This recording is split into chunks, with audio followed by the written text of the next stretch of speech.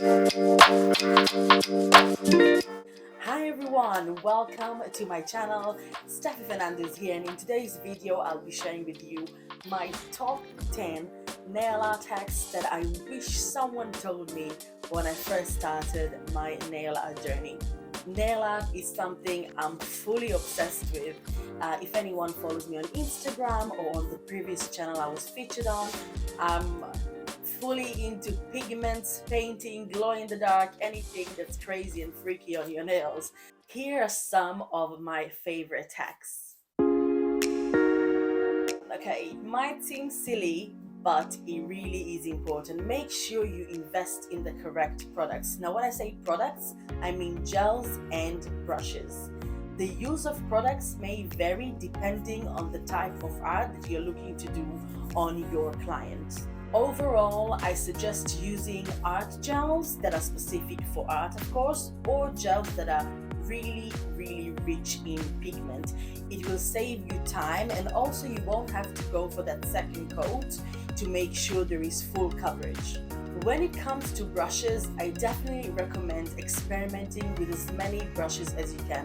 Brushes is something that's super personal, so you need to really trial as much as you can before you make your choice on what brush works for you.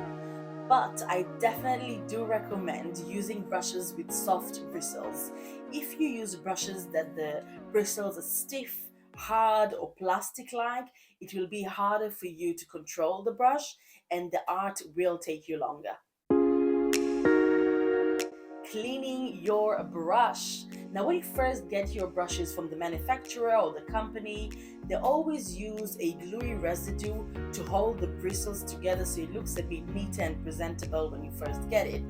Now, when you first get the brush, make sure you get rid of that. So make sure you prep your brush correctly and remove all that gluey residue. I usually use alcohol to do that. Now, there are two ways you can clean your brush. Base coat is ideal when your brush has a cap.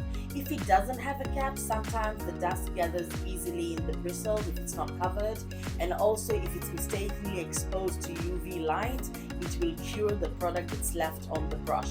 So if you have a base coat and you have a brush with a cap, go for it. But for me, ideally, definitely using alcohol solution. 70%, not too harsh. Make sure you clean your brush thoroughly, dry it, leave it soft to touch, and make sure the bristles are separating easily. If they don't separate easily, that means your brush is not fully clean. That's why a lot of people complain that the brush slides when they paint. The brush slides because the brush is not clean. Loading your brush is another essential way of achieving precise nail art.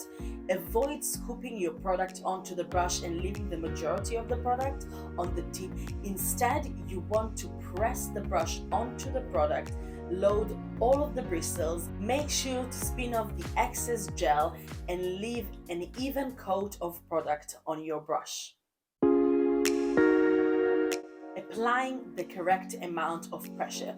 Make sure you experiment as much as you can with this one, guys. It will give you a great feel for how much pressure you need to apply for what kind of thickness. The more pressure you apply, the thicker the line will appear. The less pressure you apply, the thinner the line will appear. You can also practice by pressing and releasing the pressure of the brush gently to achieve abstract lines and filigree designs. The shading and highlighting placement on your design depends on where the source of light comes from, but this is a totally different tutorial that I'll go into more detail on my next videos. To achieve more depth, you can use jelly polishes or mix in gel polish with base coat to shade your art. You can also use milky white and white to highlight your design. As a rule of thumb, what's closer to us appears lighter and what's further away appears darker. Bear that in mind when you do your art.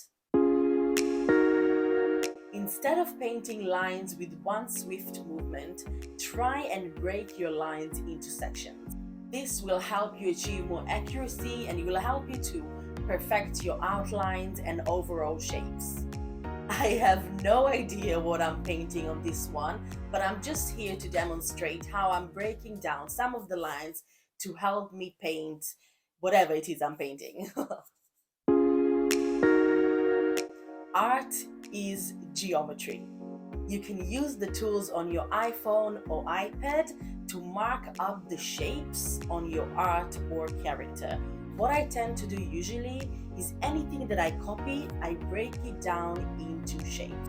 For example, this character is made out of a circle, two teardrops or a figure of eight, a rectangle, and a W shape. I then go ahead and add two little triangles and a couple of spikes on the head.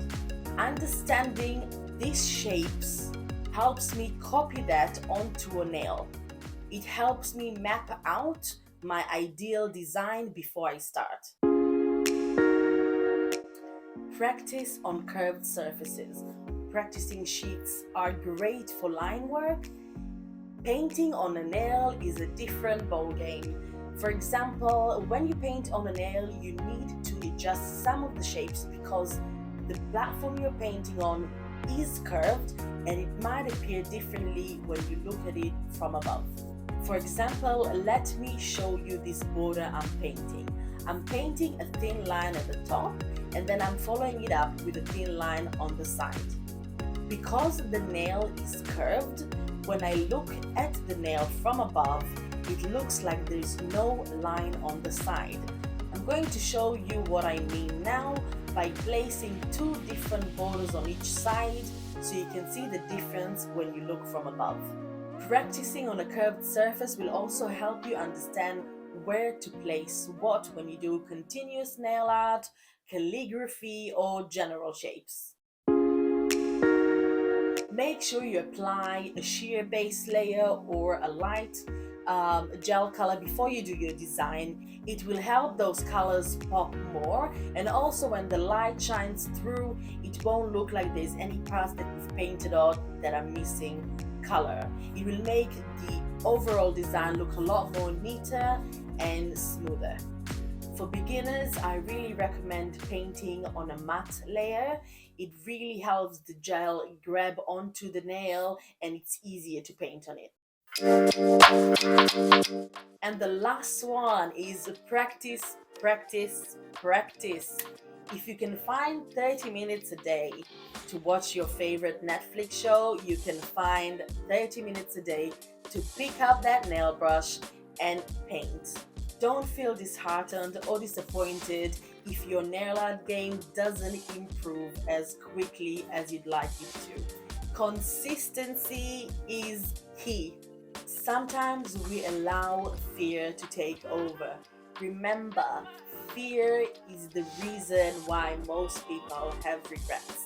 Try and practice and don't let anyone tell you anything different. Everything is possible if you put your mind to it. Trust me guys, even myself, I was actually terrible when I first started, and I'm not ashamed to say that, it took me a few months to get into a routine where I practiced, and it took me loads of people to learn from, loads of tutorials, loads of experimenting to do to get to where I am at the moment. And I'm still not super happy. There's a lot more I can learn. You can never stop learning, that's one thing for sure. So make sure you go for it, do your thing, pick up that nail brush and join me on more future tutorials, which I'll be sharing with some of crazy nail ideas that I've got in mind. I know that in a year's time I'll be like, what? I worried about that? Nah. We are going to get there together. I hope you guys enjoyed this video. I'm going to be sharing a lot more nail art tutorials and nails together building, etc. And break things down in a way that my brain could process it. So if you'd like to see more videos, of course, don't forget to give this video a like and a thumbs up and make sure you subscribe. And I will see you all on the next one, guys. Be good.